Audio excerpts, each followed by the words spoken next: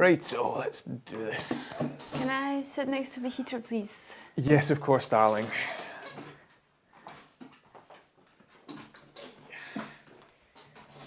Hello, this is Alina and Stewart here from Drone Film Guide, the channel where we learn to fly like filmmakers.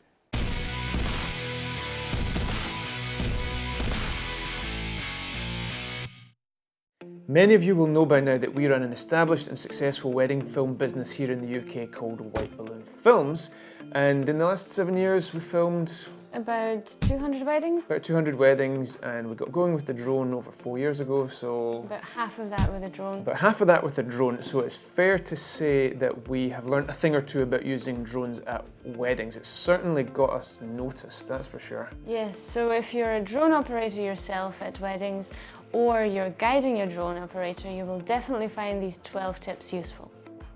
Tip number 1, add value with your shots. There are many different kinds of wedding cinematography, but irrespective of your chosen style, your job is to tell the story of a couple's day. So every shot that you create should in some way enhance that story, be it an establishing shot or a shot of the couple during the couple shoot, doesn't matter. Make sure that it adds to your end product. Don't fall into the trap of creating a drone promo on the day you're creating a wedding film.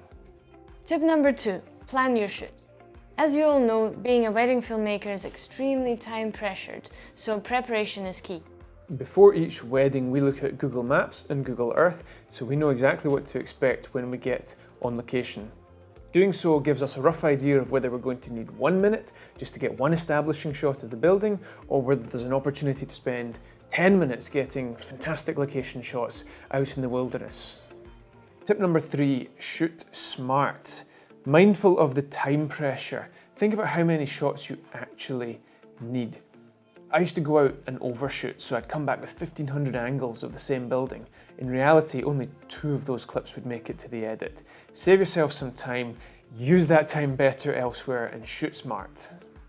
Tip number 4, practice, practice, practice.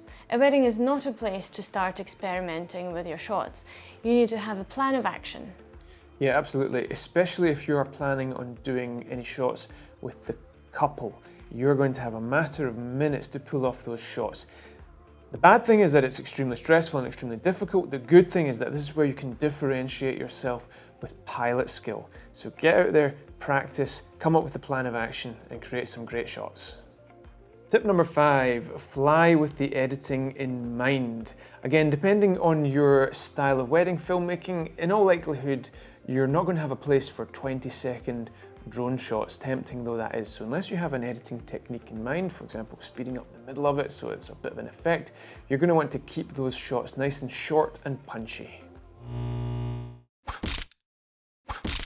Once again, today's episode is sponsored by Drone Film Guide. Yes, we sponsor our own videos. So let me just take a quick second to bring your attention to our 8-hour drone cinematography masterclass. We will take you from drone owner to drone pilot to drone cinematographer in an informative and educational and enjoyable manner. So do check that out. We also have our range of drone film grades, the cinematic LUT pack that comes with a 50-minute free training video on color grading. So that might be of interest also. Links in the description with discount codes embedded. Okay, promo over, let's crack on with the tips. Tip number 6, always expose for the dress. There's nothing worse than getting your footage back into the editing suite and dealing with those overexposed highlights on a white dress on a sunny day. Point number 7, be ready. Now, for example, if you are doing a couple shoot and you want to film the couple walking up and down the grounds of an estate, there is nothing more ridiculous than the sight of you doing a compass calibration while the photographer and the couple stand there watching. So get everything ready in advance so when the couple are ready, you are ready. Tip number 8, timetable the shoot. If you are planning on doing a drone couple shoot with your clients, then insist that they allocate 5 to 10 minutes on their day for that.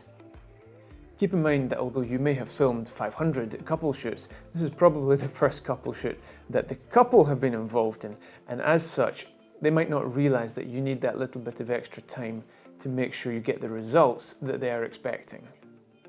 Tip number 9, To make sure that everything runs smoothly on the wedding day, email the photographer in advance to let them know what has been agreed between you and the client.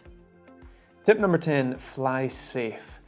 Given the importance of a wedding to the people concerned, it is the last place you want to have an incident with your drone. If you're doing a couple shoot, for example, do not take any risks. You do not need to get your drone within a meter of the couple or anything like that. It's just not worth the risk. Take it easy, you can still get some great shots, but fly safe. Tip number 11, be licensed and insured. Almost everywhere in the world you have to be licensed to fly commercially. And in the UK at least, you need that license to get your public liability insurance.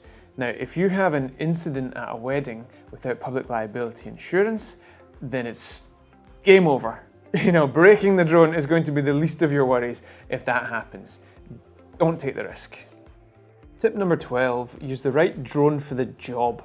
Much as the Inspire might give you the best possible picture, it's not the most practical drone for a wedding environment. The best drone is the one that you have on you at the time, so consider something smaller like a Mavic 2 Pro. You get the idea. Okay, I hope you got something out of that. If you have any other pointers or anecdotes from your own experience of using drones at weddings, please do leave those in the comments below. I think we're done here, so until next time, happy flying.